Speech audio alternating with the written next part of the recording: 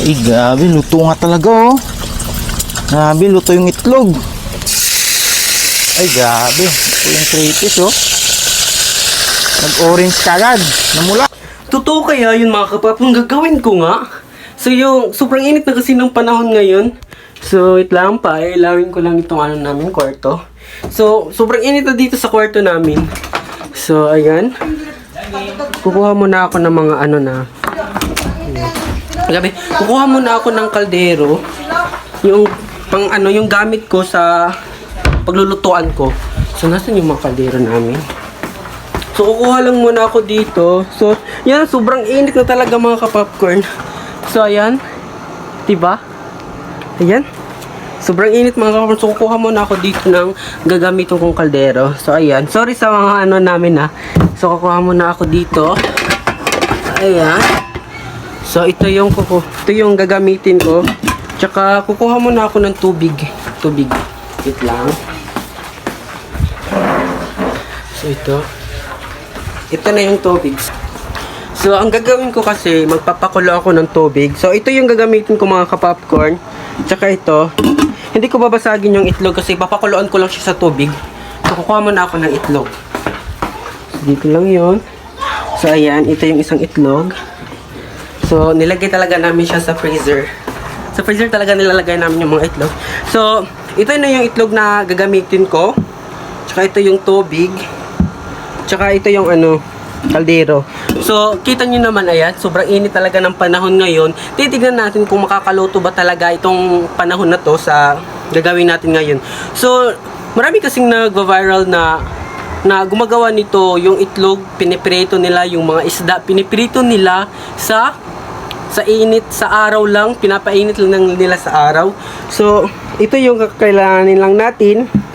Kasi papakuloan ko siya sa tubig. So, ayan. So, gagawin na natin siya mga kapopcorn.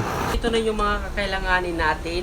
May ako dito lagayan ng itlog. Ito yung itlog natin. Ilalagay natin dito sa, anong tawag dito? Kaldero tawag namin dito. Ayun, tignan nyo naman, sobrang init na ng panahon ngayon. Titignan natin kung makakaluto ba ng itlog itong init na to sa panahon ngayon. So, hindi ko siya babasagin. Ang gagawin ko lang is iluluto ko lang siya sa tubig na pinakuluan na tubig. Yung ginawa natin para nagpakulo lang tayo ng itlog sa tubig, ganon. So, titignan natin kung maluluto talaga yung itlog sa sobrang init ng panahon ngayon. So, titignan natin. So, may tubig lang ako dito, ayan. Wala pang tubig itong kaldero natin, ayan. Wala pa talaga. So, sobrang init na talaga mga kapopcorn. Parang hindi na ng panic ko, yung skin ko. So, ilalagay na natin mga kapopcorn itong tubig. So, 1 cup of water lang. Ayan. Tsaka ilalagay ko na itong itlog. Titignan natin kung maluluto talaga itong itlog na to. Ilalagay ko dito sa kaldero na may tubig. So, ilalagay na natin. So, mag-aantay lang tayo ng 10 minutes. Tapos, babalikan na natin kung maluluto talaga itong itlog nito. Ayan, sobrang init na talaga mga kapatid. Tignan nyo naman, namumula na ata po. So, ayan. So, close lang natin. At babalikan natin to after 10 minutes. So, ayan.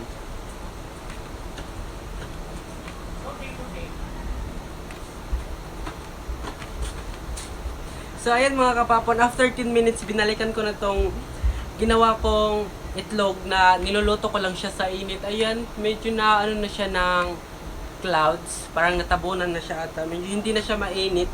Pero, mainit na yung ano natin, kaldero.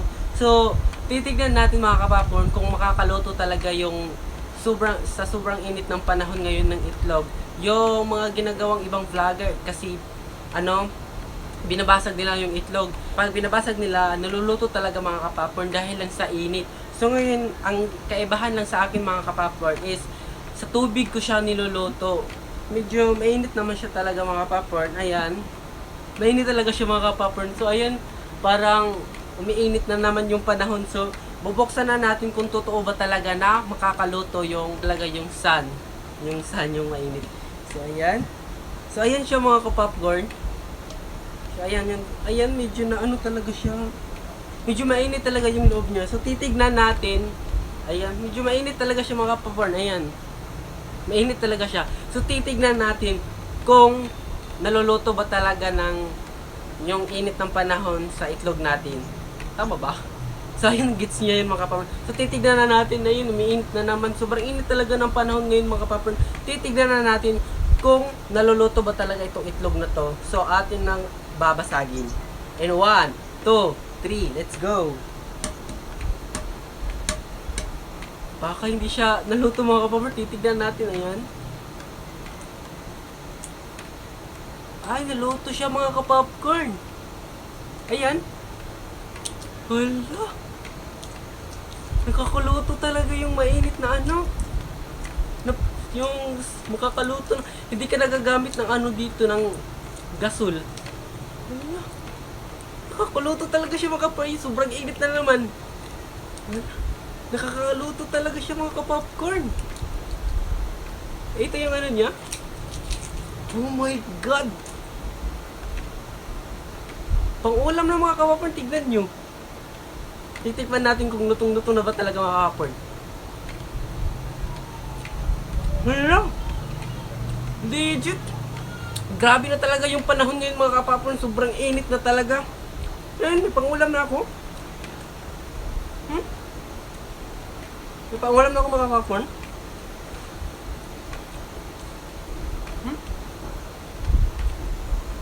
Oo bro. Hindi na ako gagamit ng ano, ng kalan dito. Yung init lang ng panahon, pwede ka na makakaluto. Oh, God. May init pa.